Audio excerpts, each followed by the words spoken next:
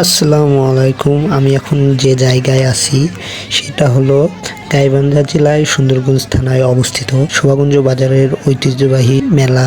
এই মেলাটা সাধারণত পহেলা বৈশাখের দ্বিতীয় দিনে হয়ে থাকে। এটি প্রতি বছরেই একদিন করে হয়ে থাকে এই মেলাটা। আসলে সেদিন আমি গিয়েছিলাম রাতে, দিনে যেতে পারিনি।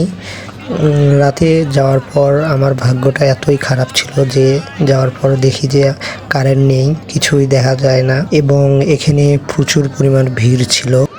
আমার মনে হয় দিনের চেয়ে রাতেই বেশি মানুষ এসেছে এই মেলাতে ঘুরতে, কারণ রাতে অনেক সুন্দর দেখায়। কারেন্ট যাওয়াতে আমি সুন্দর করে ভিডিওটা করতে পারিনি, আসলে অন্ধকার দেখা যাচ্ছে।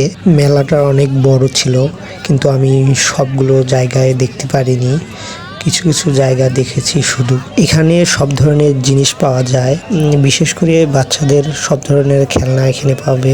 মেলাতে বলতে গেলে সব ধরনের জিনিসই পাওয়া যায়, কোনো জিনিস নাই যে এখানে পাওয়া যাবে না। আমি আসলে সব কিছুর নাম বলতে পারবো না, অনেকগুলো এখানে জিনিস আছে।